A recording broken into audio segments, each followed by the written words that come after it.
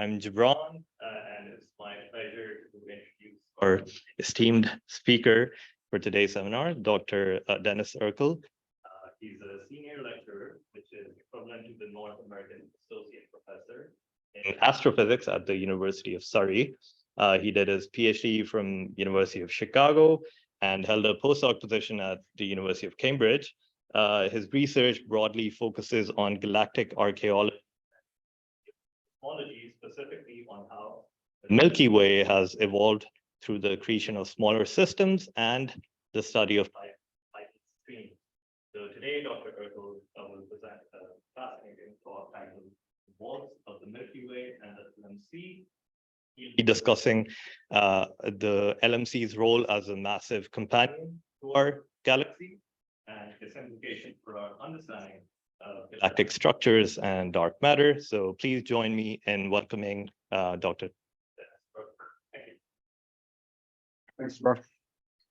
Cool. Well, great to be here. So I'm Denis Erkal. I'm currently at the University of Surrey, and I'm visiting CCA for 6 weeks. So this is my first day at the CCA, but I'm here at CITA instead of being at the CCA. So today, I want to tell you a story about the Milky Way and the LMC and their interaction. We've learned about these two objects over the past, let's say, 5 or 6 years or so. And this kind of study has really helped a lot by Gaia and also this S5 survey, which, if you've heard from Ting et al., is a very large survey with AAT that we've been running for the last few years. So I'll highlight some of that as I go. So the story I'm going to tell you today, whoopsie daisy, now I don't advance my slides. Here we go. Now it works. Okay. So this story that I'm going to tell you today is really, story's only been made possible by Gaia. So this is the Gaia satellite, and this is the kind of Gaia view of the Milky Way. So this is a picture showing, the Milky Way galaxy here. This is the disk of our galaxy, and this here is the LMC. So I'm going to tell you a story today about the interplay of these two objects. So why should you care about the Milky Way and the LMC? Well, here is just the Milky Way on its own. I've removed the LMC, so just think about the Milky Way on its own. Why are we interested in studying our galaxy? Well, there's a lot we can learn about dark matter from studying our galaxy. So lambda CDM predicts, galaxies should be traxel in general. We'd like to be able to test those kind of predictions with our galaxy.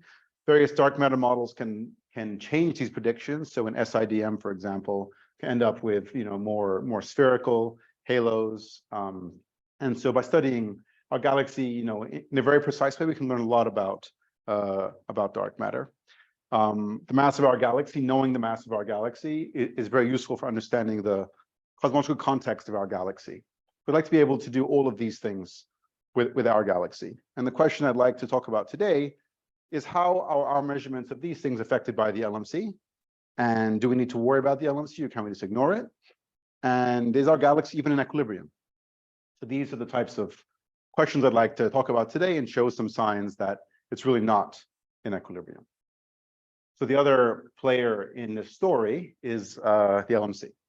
The LMC is the Milky Way's largest satellite. It has a stellar mass which seems quite puny compared to that mass I showed for the Milky Way. So the stellar mass is about 3 × 10⁹. So that's a factor of 300 less than the mass of the Milky Way. So you might think, okay, that's not a big deal, but we'll see why it's a bigger deal as we go along. It's currently only 50 kiloparsecs away, so it's really right next to us. It's sitting well inside the view radius of our galaxy. And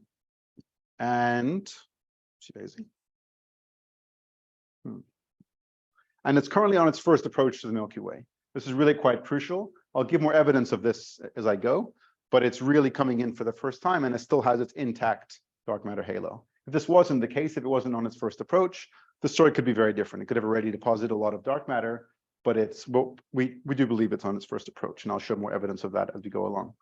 So similar to before, I'm going to talk today a lot about the mass of the LMC, just for motivation of why should we care about the mass of the LMC. Well, just like with the Milky Way, it'll help us understand the context of the LMC. It can help us understand its properties, its stellar properties, its satellite properties. But for today's talk, the reason that I care about it is it big enough to affect our galaxy? Is it big enough that we need to worry about this and include its effects? So today I'm going to show you many lines of evidence to suggest that it really is big enough and it's having a large effect on our galaxy. Okay, so let's kind of start off with the mass history of the LMC, kind of our study of it over the last 30 years. This was from 92. So back then, people looked at planetary nebula, H1, and clusters in the LMC, and they found a mass of just 1.5 times 10 to the 10 solar masses within 9 kiloparsecs of the LMC. So this mass is now 60 times less than the mass of the Milky Way. So it's a bit more than the previous mass I showed you, but this is the mass within 9 kiloparsecs. So it's much more than the stellar mass. And indeed, if we look at other tracers with rotation curve measurements, you get a very similar mass of 9 kiloparsecs with HST and radial velocities, and you get a similar mass from Gaia DR2. So these masses are all within about 7 to 10 kiloparsecs of the LMC center. And you're getting these quite low masses. Again, a kind of 60-to-1 merger wouldn't really worry us. Okay, but there's signs, obviously, that it's much more massive than that. So we see material from the LMC much further out than this 8 to 9 kiloparsecs. So for example, the disk feature, if you look in the disk of the LMC, this is a very deep photometric data. You see disk features going out to 15 kiloparsecs. So the material very far out from the LMC. It's not just, go for it. I just came in, I'm sorry. Yeah, go for it. What's the ratio of stellar mass? Something like 30. Okay. 30 to 40, yeah. So the idea in this presentation, the dark shades above this are relevant. Yeah, I mean, it's just where the data was. I mean, the data is all in the inner part of the Milky Way. That's the LMC. That's where all the tracers are. So I'm just trying to tell a story here, but obviously there's going to be a huge dark matter halo that extends way further out than these measurements. So this feature goes fairly far out. This shows some photometric data. You see, this is the disk of the LMC. There's material going out to the 15 in these units, and this is basically kiloparsecs. The material going out 15 kiloparsec, which is way further than those original tracers. And there's lots of simulations which can reproduce these types of features, and they can be due to interactions with the Milky Way or with the SMC. Basically, we're seeing this very large LMC just in terms of the stars that we can see. There's a number of arguments that suggest it's way bigger, and I'm going to give a lot more arguments in my talk. But some of the initial arguments that perhaps made us think it was very large, so if you just do abundance matching, so if you compare how many halos there are in the universe with the stellar mass content of the universe, you would put something at the LMC stellar mass in a halo about 2 times 10 to the 11. So this is now more of a 5-to-1 ratio with the mass of our Milky Way. And this is a big object sitting only 50 kiloparsecs away, deep within the virial radius of the Milky Way. And pre-Gaia, the main other reason to suggest perhaps that it was quite massive is if you think about having the SMC next to the LMC. What mass does it take for that to be kind of a natural occurrence? Because if the LMC is very light, it can't hold on to the SMC in the kind of recent past. So in order to bring the SMC with it, you need quite a heavy mass of 10 to the 11 solar masses. So now we're talking about 5-to-1 to 10 to the 1 mass ratios. So in my talk today, I'm going to talk about what these kind of mass ratios mean and like other more direct evidence that really is this massive and what effect it's having on our galaxy. But there is some dispersion in the, obviously, the stellar mass, dark mass ratio. For sure. Yeah, it's just a kind of rough order of magnitude, just to give you a sense that it could have a mass that is more like 5-to-1.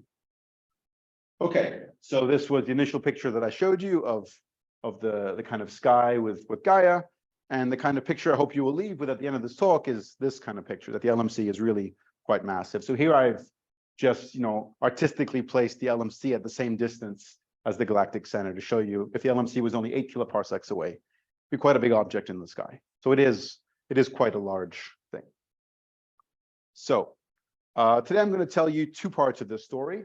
So one is going to be the effect of the LMC on kind of hot components in our galaxy, in particular on the stellar halo and satellites of our galaxy, and what effect the LMC had on those. And that'll be about half the talk, and the other half is going to be about the effect of the LMC on stellar streams, which are kind of much colder objects that represent stars in basically these very similar orbits. And I'll show you what effect it has on these 2 types of objects. Okay, so that's the kind of setup. I'm going to tell you about how big the LMC is really. So before we get started with some real data and showing you the effect on the satellites and the stellar halo, I just want to give you a kind of primer of what the LMC is going to do to our galaxy. So the LMC, if it really has this mass of 10 to the 11 to 2 times 10 to the 11, is big enough to really accelerate our galaxy, big enough to move our galaxy.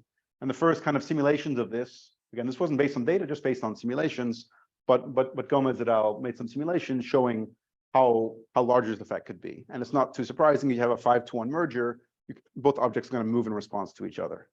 And the kind of, just to give you a sense of how massive the LMC is, if it really has the mass that I was saying, this is the Milky Way mass enclosed versus radius. So at 50 kiloparsecs, which is where the LMC currently is, the mass of the Milky Way is about 4 times 10 to the 11 solar masses. And if the LMC really was this 10 to the 11 or so, it's like a 1-to-3 ratio. So the mass of the LMC at 50 kiloparsecs is 1/3 the mass of the Milky Way there. So we're going to talk about the consequences of that.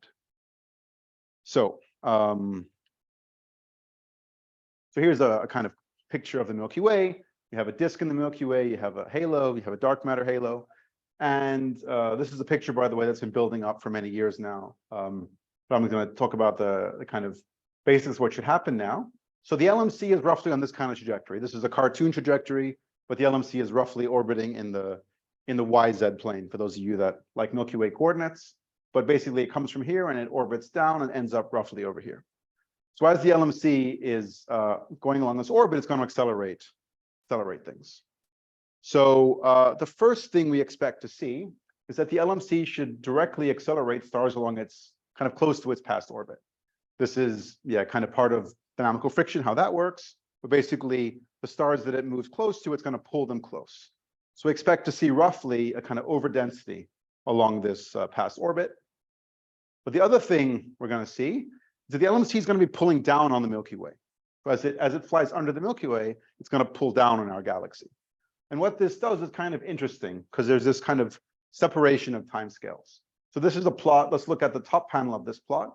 This is a plot on the y-axis here is a distance scale, and on the x-axis is time.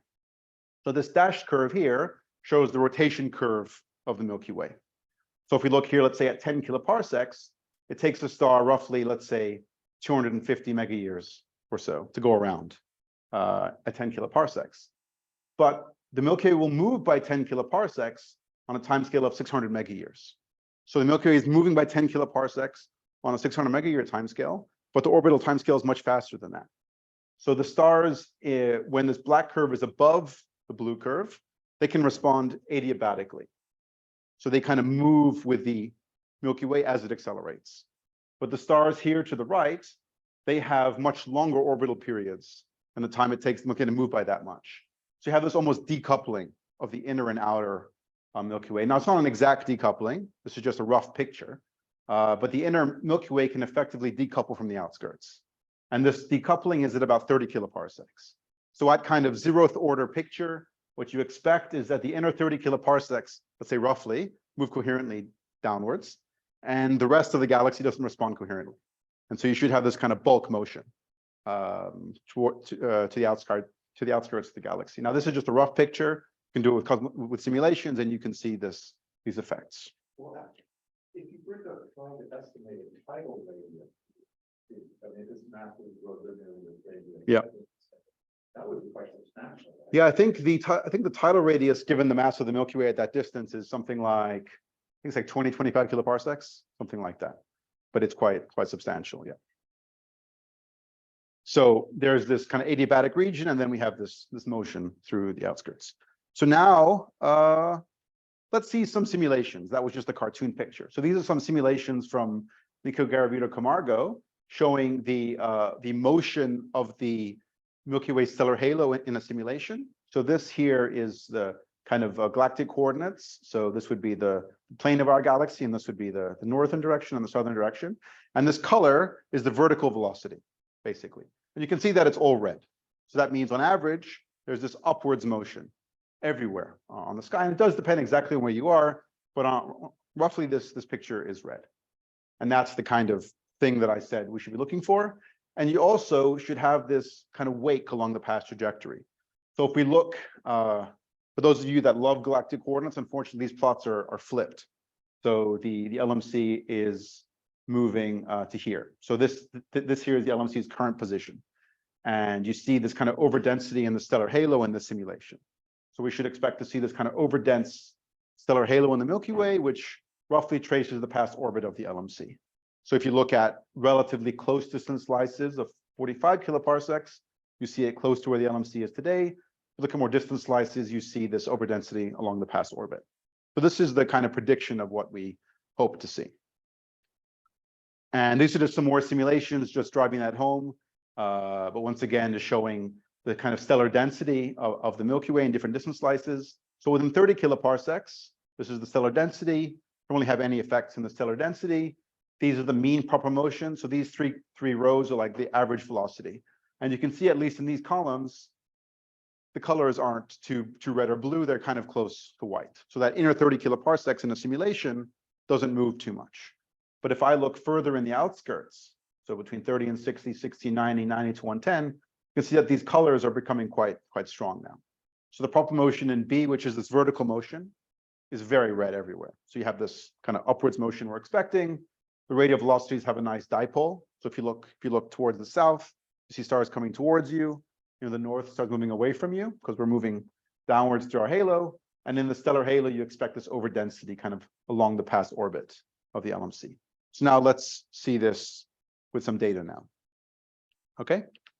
So first, let's look at the satellites of the Milky Way. So if we look in, this is one more simulation before I show you some data. So these are simulations showing the average X, Y, and Z velocity as a function of radius for kind of shells in our galaxy in a simulation. And these different colors show different LMC masses. So the LMC mass that we think is the closest to reality is going to be this red triangle. And so the inner galaxy within about 30 kiloparsecs, there's no offsets. These velocities are all zero.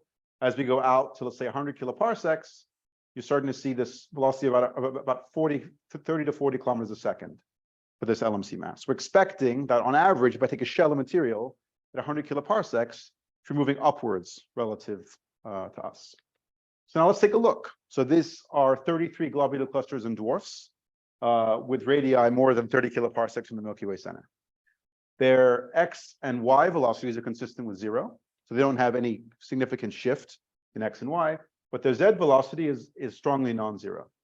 So this population of dwarfs and globular clusters beyond 30 kiloparsecs moving upwards relative to us. So we're seeing this kind of streaming motion. And just to note that we've removed all of the LMC, we removed the LMC and all of associated dwarfs.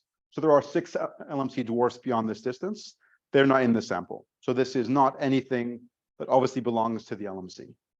So we've taken out as much as we can, you know, things that we know are group infall events. But the rest of the satellites show this kind of upwards motion. So that's the satellites themselves. So we're seeing this upwards motion there. Now we can look at the stellar halo. So we take a sample of about 500 stars beyond 50 kiloparsecs. Okay, and this is where the stars are on the sky. There's a lot of stars in the north. So this is galactic coordinates L and B. A lot of stars in the north and some stars in the south. And we can look at their average velocity, average radial velocity, as a function of latitude. So what we see, so if the Milky Way was in isolation, right, if it's just on its own, if we looked anywhere in the sky, on average, we should hope to see an average velocity of 0. So any patch we look at should have an average velocity of 0. But here, when you look in our sample, we see this these red error bars. So this is the average velocity for each slice in B. So what we see is when we look in the south, if we look down with a negative B, the stars have a negative radial velocity because they're coming towards us. If we look in the north, it's slightly positive. Okay, but these scales are quite large. This is 100 kilometers a second. So the stellar halo has a large dispersion because it's the stellar halo. The velocity dispersion is on the order of 100 kilometers per second, but we're seeing these shifts in the velocity. And this dashed line, by the way, this shows a simulation with an LMC mass of 1.5 times 10 to the 11 solar masses, that kind of favorite LMC mass that I talked about. So the stellar halo is showing velocity shifts consistent with what we're expecting to see. And this is not consistent with a rotation signal or anything like that. It's consistent with a shift in the velocity. And so what we see is that the outer stellar halo is moving roughly 30 kilometers per second relative to the disk. So our stellar halo is not in equilibrium with us, basically. we're moving through it. Okay, and this is just another plot of that. So this shows here the average radial velocity as a function of position on the sky. So in the north, it's positive, it's red, because moving away from us. And in the south, it's blue, moving towards us. So we're seeing this clear dipole in the radial velocity of the outer stellar halo. And this, the kind of strength of this dipole is consistent with this 1.5 times 10 to the 11 solar mass LMC. So this is the mass we're basically measuring, although the error bars are fairly substantial with this because we don't have a lot of data, but we're measuring that kind of mass with the LMC. So consistent with that abundance matching measurement, which was 2 times 10 to the 11, but of course there's a lot of scatter in that as well. But we're really seeing this chunky LMC effect here. Okay, I'll skip this is just a plot showing how large this average rate of velocity should have been as a function of LMC mass. And so yeah, we're seeing quite large rate of velocities consistent with this 1.5 times 10 to the 11 solar mass LMC. So how about that wake that I said? So as the LMC passes through our stellar halo, it should introduce a wake in the stellar halo. That's how dynamical friction works, and we should see this overdensity of stars behind it. So these are observations. They're kind of hard to look at, but this is RA versus DEC, and this is basically densities of tracers on the sky beyond 60 kiloparsecs per 100 kiloparsecs. There's a lot of black stuff here. Some of these things are substructures in our galaxy. So this over here is the Sagittarius, part of the Sagittarius stream, not relevant here, and this is the Virgo overdensity. But what I want to show you is how a simulation of the stellar halo would look. If I take a simulation of the stellar halo and throw the LMC through it, how would it look in these coordinates? And this is a simulation in the same coordinates. So this black overdensity here, this is entirely due to the wake. So this structure over here, which used to be called the Pisces overdensity, it was discovered before we knew what it was. It was just an overdensity on the sky. It's very consistent in terms of the sky position and velocity dispersion with the wake of the LMC. So this is just in a patch on the sky. This is along the past orbit of the LMC. More convincingly, people, the Conroy group took data for 1,301 K giants, and they looked at the kind of density of the stellar halo over the whole sky. So this on the left is their kind of overdensity map of the stellar halo. So the LMC is currently here, and you have this large overdensity here, which is along the past orbit of the LMC. I think their sample is also beyond 50 kiloparsecs. So we're seeing this overdensity here. This is how it should have looked in a simulation. And you also see this overdensity in the north, which is due to the motion of the Milky Way in response to the LMC. It's a slightly more complicated effect, but basically it's because the disk is moving down through the halo, and the north looks slightly overdense as a result. But we're seeing this consistent picture in the stellar halo, and this is also consistent with the similar type of mass of a little bit over 10 to the 11 solar masses. You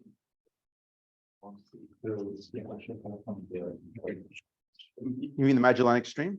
Yeah. So no one's ever seen stars in the Magellanic Stream, at least in distant components of it. They've only ever seen gas. There are stars in the region between the LMC and the SMC, but no one has convincingly seen stars beyond. But yeah. But also, these stars over here, at least in the previous plots that we were looking at, the velocity dispersion of these stars is consistent with the stellar halo of the Milky Way. So it has this 100 kilometer per second velocity dispersion. So it's consistent with the expectations, but yeah.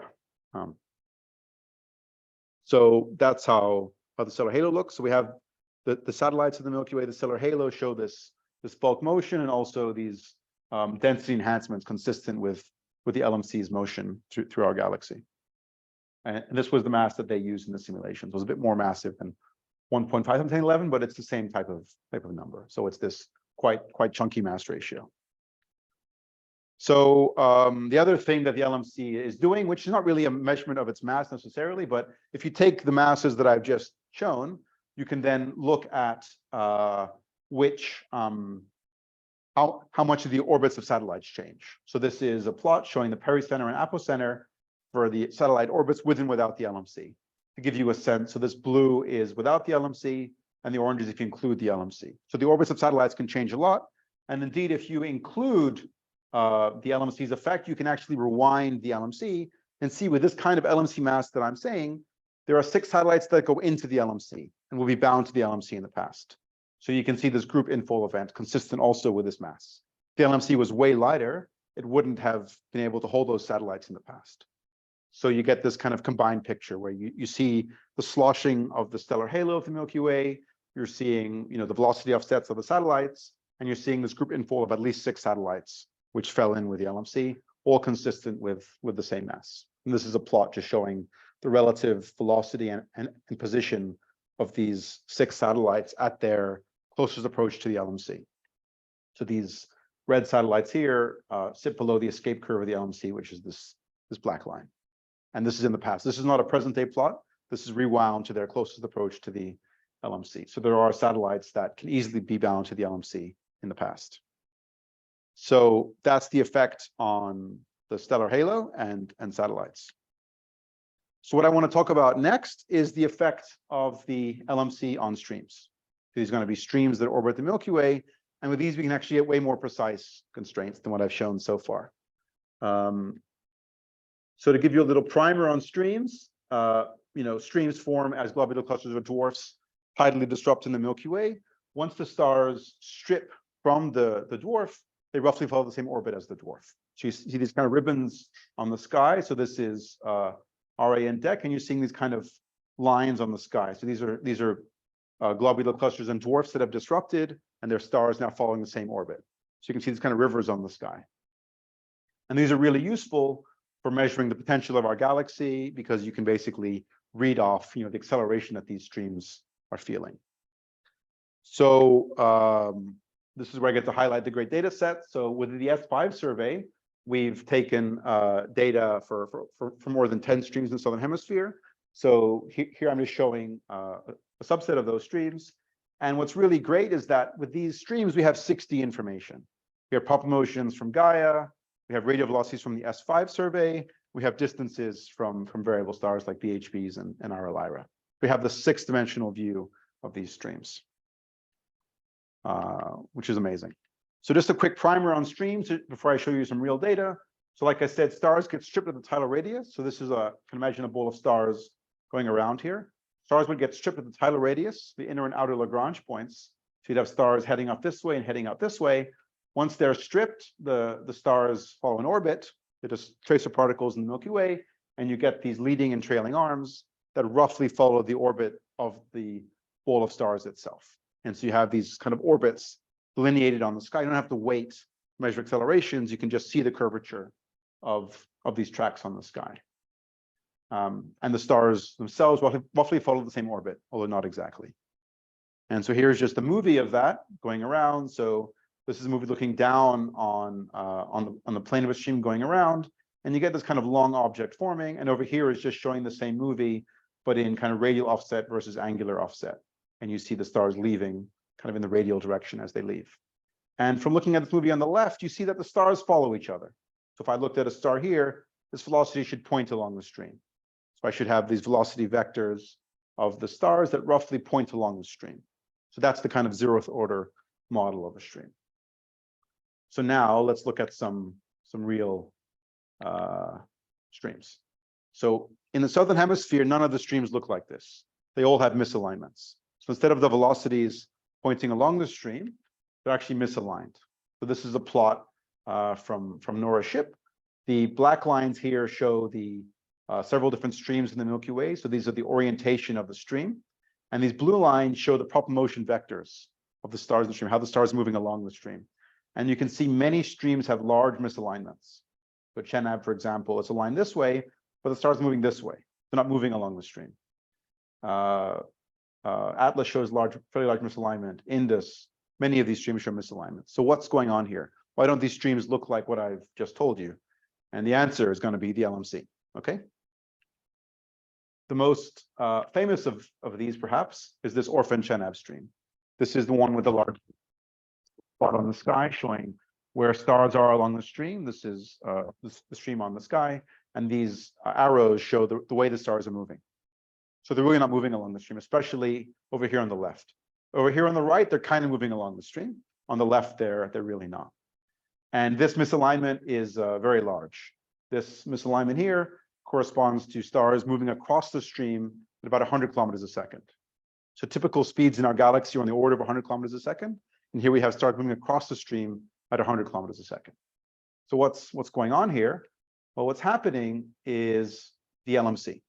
The LMC passes very close to these streams and tugs on them as it flies by. If you imagine a stream is want to move this way, the LMC flies over it. It just pulls up on those stars. And that's what we're seeing here. So the OC stream, which I just showed, it requires a mass of 1.4 times 10 to the 11 solar masses for the LMC in order to match that misalignment. And here was the data set that we fit in 2019. These black points here show the data sets, and this blue is a model that we fit to the data. So we can match the position of the stream on the sky, the distance, the propulsion motions. We didn't try to match the radial velocities. This is just the data we had at the time in red. We didn't use it in our fits. We just showed it because we didn't have data across the entire stream. And here's a movie of kind of how that works. This is the track of the stream it's going to have at the very end. This is the stream going around the Milky Way. And for a while, you know, the stream is kind of moving along, the stars moving along the stream. I showed you in that video before, but the LMC is going to fly through very shortly, and it's going to cause the stream to kind of, here comes the LMC. And as it flies by, it causes the stream to kind of get pulled under its original plane. So this black line here shows the orbital plane of the stream originally, and this part of the stream down here gets basically, you know, effectively slides over.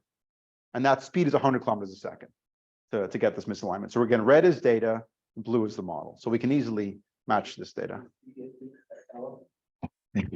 Was the LMC treated as a point mass in this No, it's calculation? treated as a generalized NFW. It's treated as an NFW for the cutoff, but yeah, it's not a point mass. We can't reproduce these with point masses. We need a extended LMC to reproduce these. So this is just one more plot showing how the stream forms. So these are kind of the data of the stream on the sky here. So these arrows here show the propulsion motion vectors of the stream. In the past, before the LMC comes in, these vectors point along the stream. As the LMC flies by, that was that black dot. It basically flies past the stream and then pulls the stream upwards. And we can easily get these misalignments. I'll show that one more time. Oopsie daisy. All right, here we go. So this top one here, the vectors point along the stream. Before the LMC falls in, it behaves like a stream, where the vectors are pointing along the stream.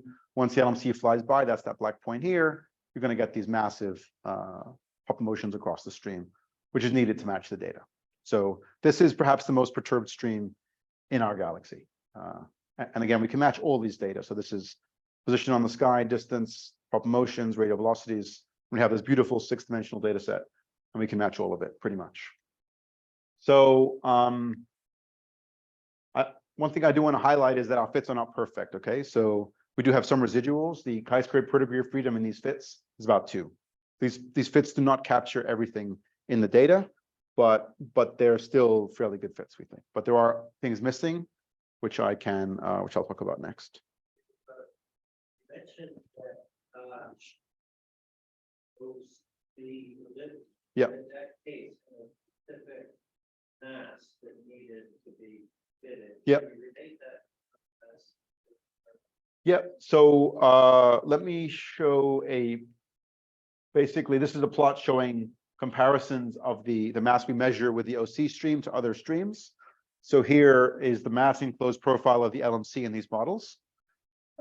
Here is a measurement in science, this kind of pink color, which combines about 6 streams, I think, in the Southern Hemisphere.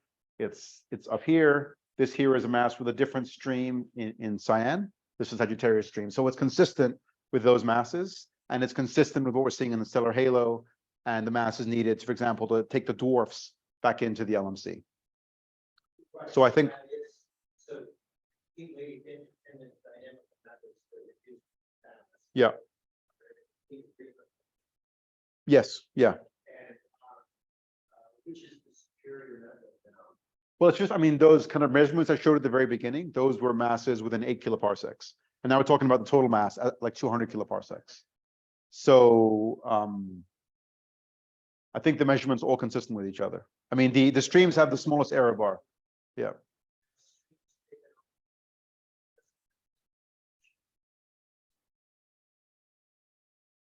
For the Milky, well, this is for the LMC mass, but yeah, this plot here is the mass of the LMC, not the mass of the Milky Way.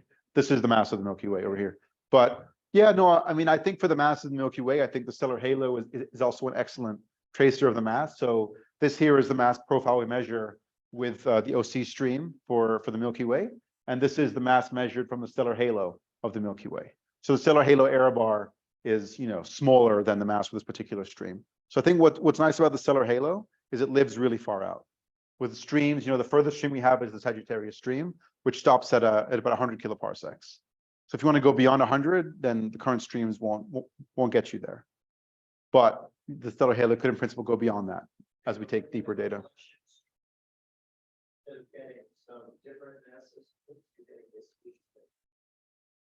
Yes, the collection of streams that were fitted with stream models give consistent masses.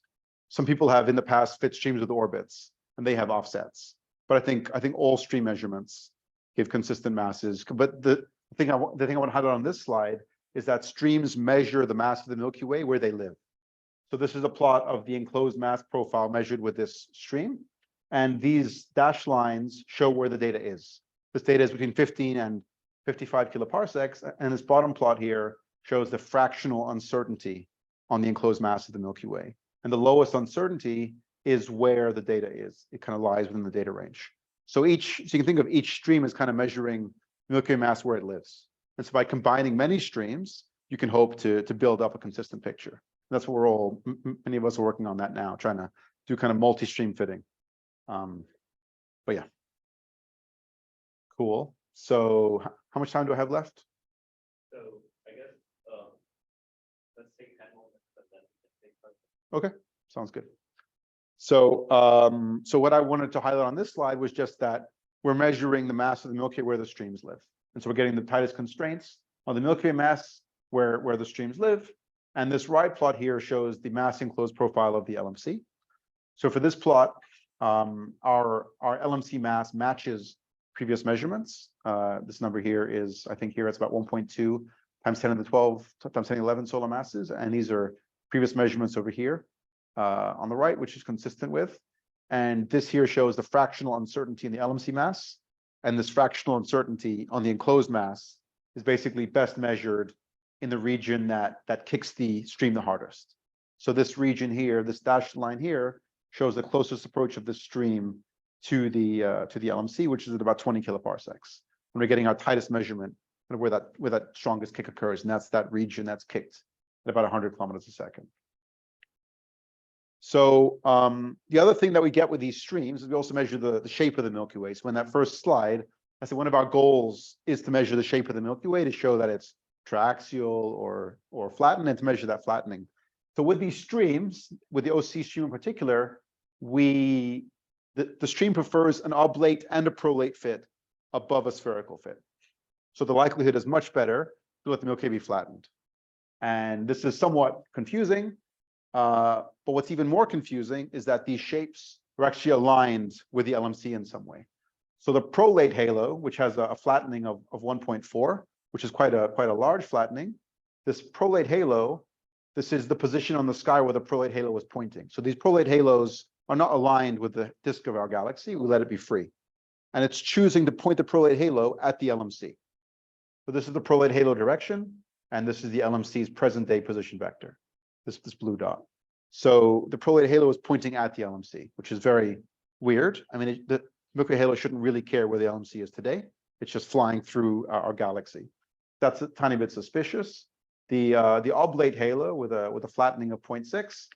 This oblate halo is somewhat aligned with the angular momentum vector of the LMC's orbit.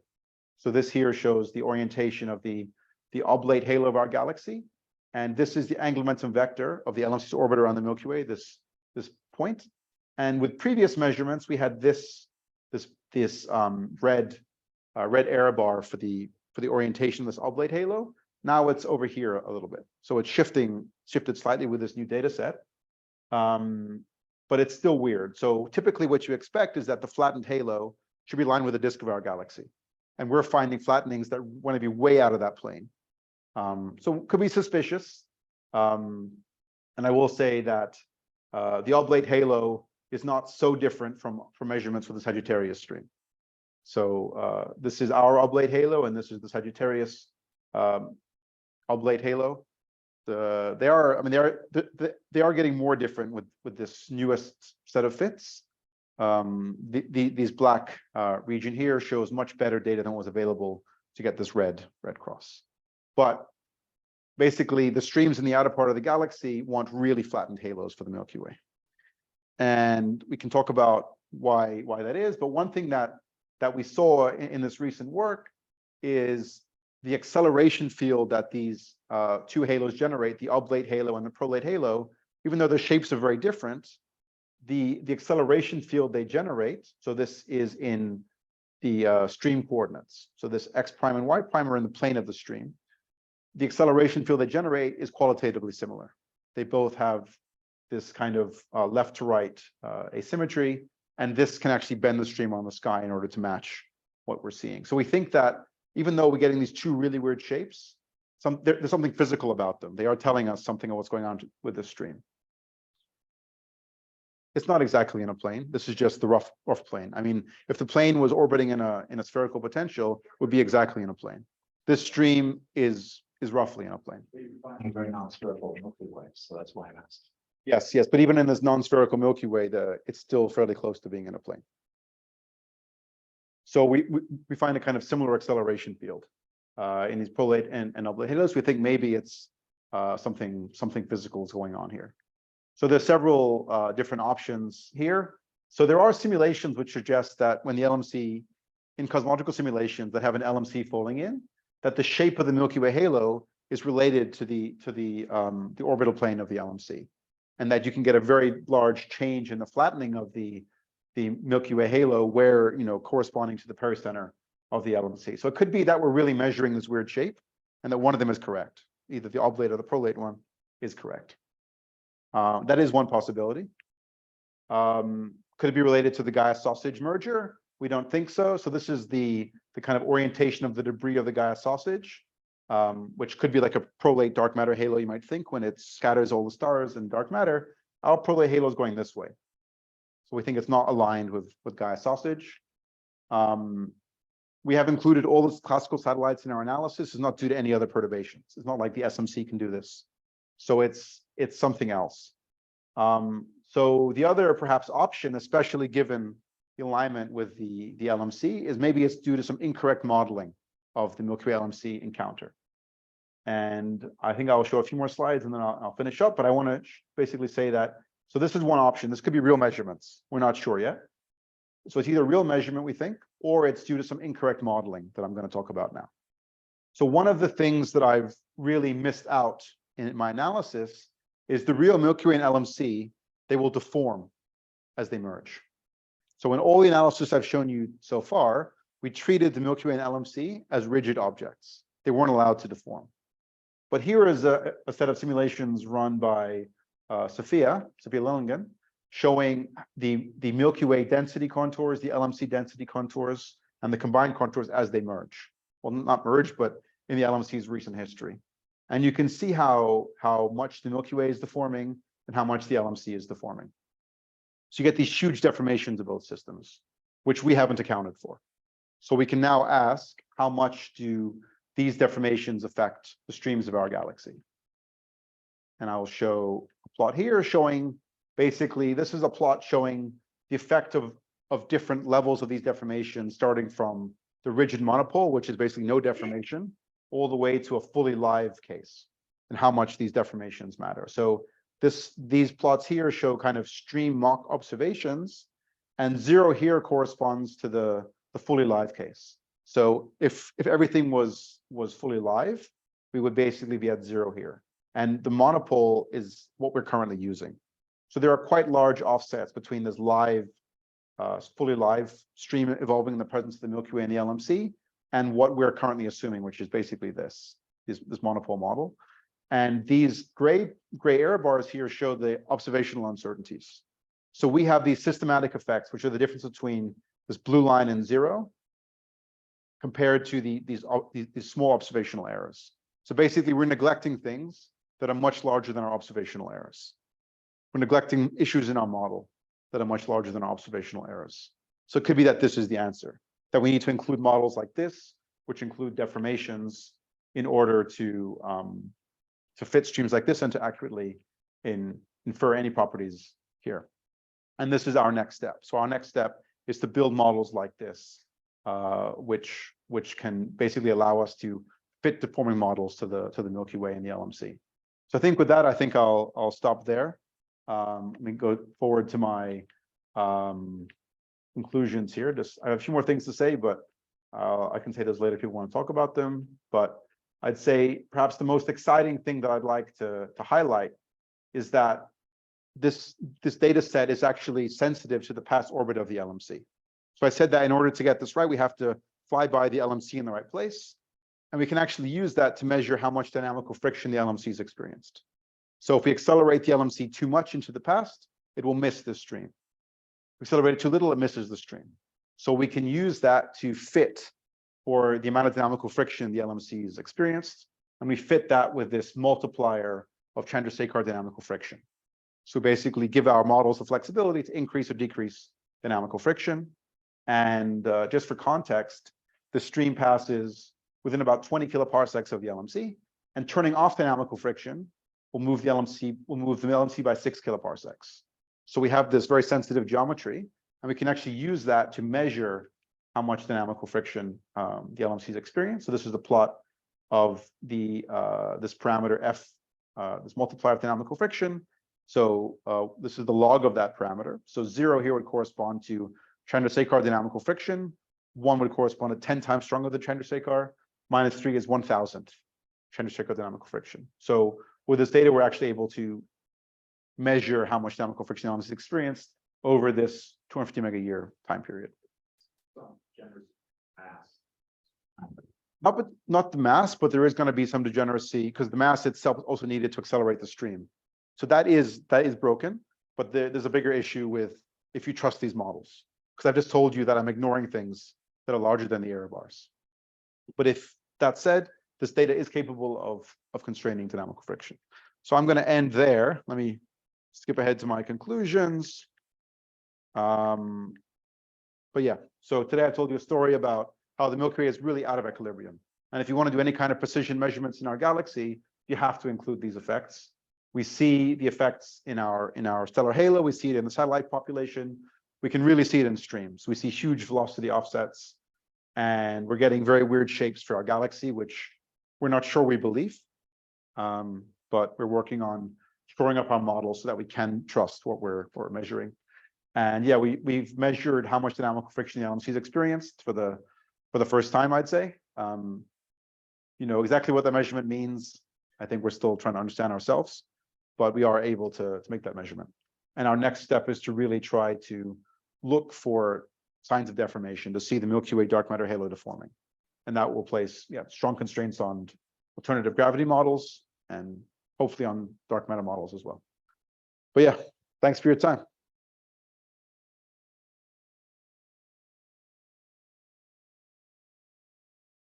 Questions for Denis?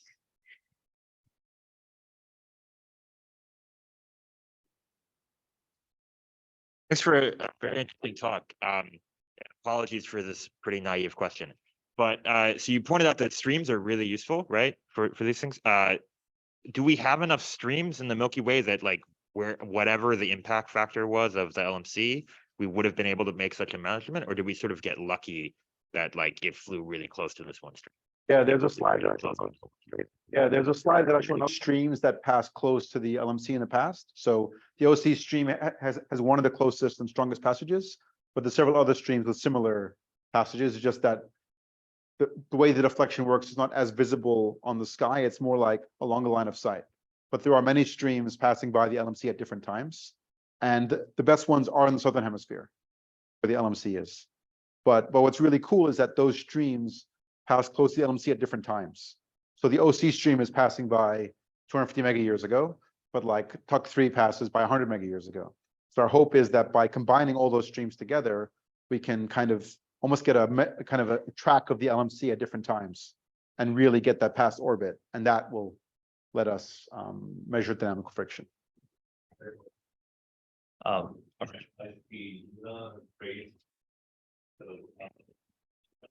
You can go ahead.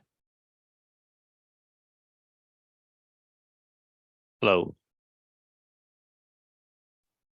Is this me? Yes. Okay. Hey, Dennis, it's Juna here.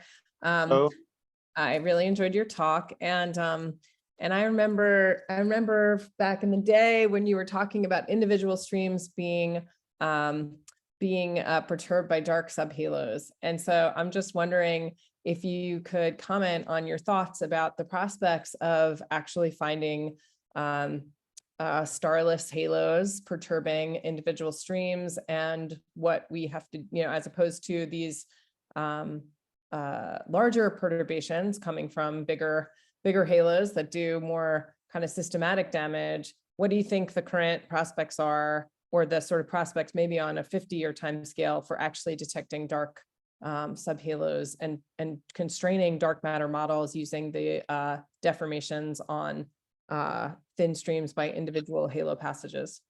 yeah, so I think that's a great question. So this work, I would say, we are measuring the biggest subhalo of the Milky Way, the LMC, but obviously we want to be able to measure much lower mass, like when subhalos, like let's say 10 to the 5 solar masses, which would be devoid of stars.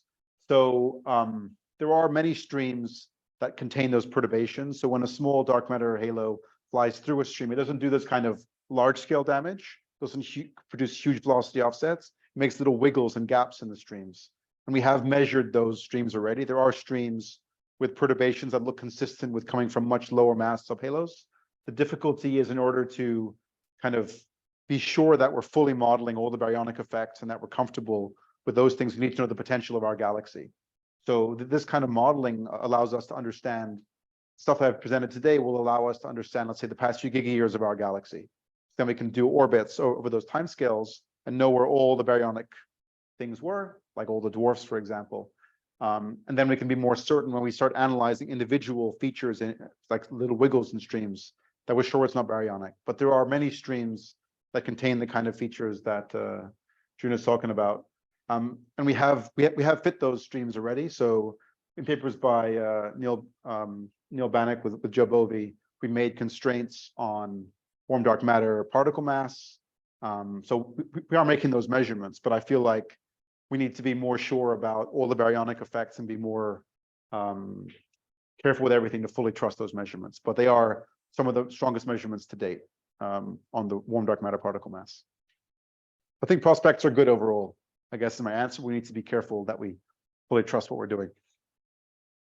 Yes. Thanks. And I was wondering if you can talk a little bit more about, with the LMC and Milky Way interactions, what kind of constraints can that place on dark matter models? Yes, so we are still trying to understand what we can learn about dark matter. I think, one thing will be the general picture that there is this deforming fluid in the outskirts of our galaxy. So if you have kind of modified gravity or something, then there's nothing in the outskirts to deform. So you wouldn't expect to be able to measure deformations. So, but that's not dark matter. But then, if, for example, if you have, let's say, self-interacting dark matter, it could change how the halos deform. And so I think we need to run some simulations of Milky Way LMC mass mergers in different dark matter models to understand it. I think once we computed the cross section, the kind of column density of dark matter the LMC passes through, and it's not super high.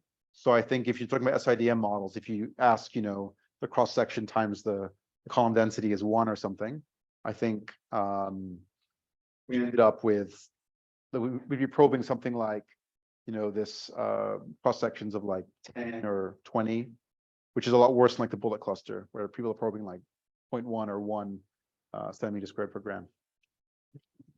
Trying to look into that, but Again, apologies for naivety of the question. One wants to think of a stream, a spiral in a sense as well, but it is it depends where you are on the stream, how flanged out it goes. So is there a concept of I wouldn't call it a lifetime per unit length, but something like that, that is kind of an age number, depending upon where the trajectory has gone through, so that you get idea of longevity, and the longevity is not just you have now died, but there is this long process of what is in effect blending that has some parts that are still coherent and some parts that are flanged out a lot.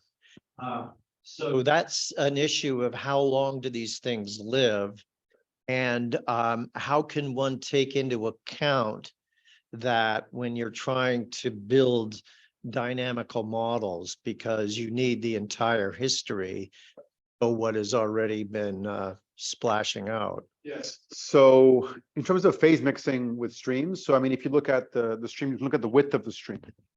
If you're in a very aspherical potential, or you're getting heated by something at a very high rate, you can have very fast broadenings in the stream width. This stream, the OC stream, has a very constant width. Across the entire stream that we can detect, width is very constant. And so there's no kind of phase mixing it into oblivion happening with this stream. See what its end will be. We haven't run it forward, but I mean, the rate at which it spreads will depend on the potential. So if you have spherical potential, it will remain collimated and thin much longer than if you. For sure. I mean, in these simulations that I've shown today, we're including the LMC as a perturbation. We included this classical satellites, and they don't do, apart from the LMC, the other satellites don't do anything. They're everywhere, but most of them presumably will have kind of faded into the. Sure. Well, yep. So,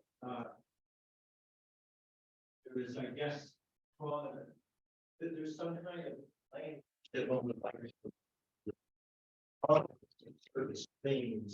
then can be the rules. Yeah, I mean, I think I will say that all the streams we've detected to date have all been fairly young, in the sense that you only need a few gigayears of disruption to explain them. So this stream that I showed today, even though it's 200 degrees long on the sky, right? It's a huge thing. You only need, like 3 gigayears of disruption to explain it. You don't need anything more than that. Sagittarius, another very long stream. We think it probably fell in 6 gigayears ago in terms of changes in star formation history of our galaxy. But the stream itself can be explained with 3 gigayears of disruption. And all the other streams are like that. We don't have any streams where you really have to have 10 gigayears of disruption to explain it. So I'd say that it's possible there's a population of things that are phase mixed too much for us to detect, or they'll be detected, with coming surveys. I had a closely related, but perhaps broader question, which is that you have two nearly equal mass objects falling in, or initial monolithic collapse. You think in terms of violent relaxation. And then if you have a very small mass ratio, well, then you have this coherent structure forming in phase space. But there has to be, for the LMC, it has to be some sort of transitional case. What do you mean for the LMC's kind of dark matter halo? But The LMC are still, they haven't started stripping that much. They're still quite. if you ask what the long-term effect on the Milky Way halo is, No, I mean, yeah. it's sort of intermediate between the two. Sure, the LMC will come back and hit the Milky Way very hard, and then the stars will get scattered, throughout our galaxy. So in fact, in the case of an LMC mass ratio type merger, is the angular momentum distributed? If you just let the thing merger complete, there's an initial periapse. How is the angular momentum of the satellite eventually deposited? I mean, and what we have seen in the mergers that that are quite Gaia sausage, it's kind of radialization. It comes out back in, and over time it will radialize in the inner part of the galaxy, and then you'll get stars will probably get deposited in the inner part. Say, I don't know number, but like inner, 30, 50 kiloparsec, something like that. But we do tend to see this radialization, especially with very massive objects. Yeah, and those will make it more and more radial. but also lowering the apocenter as well. So you're very radial, but you're in the inner part of the galaxy. So the kind of Gaia sausage debris that we've detected, well, that's within, 20, 30 kiloparsecs, and it's very radial. Eccentricities are like, 0.8, 0.9. And that's something where there are simulations, we don't start off that radial, but through subsequent pericenters, you get more and more radial, and then the final kind of deposition is very radial. All right, if there are no other questions, let's again give a round of applause to Denis. That was a brilliant talk. Thank you.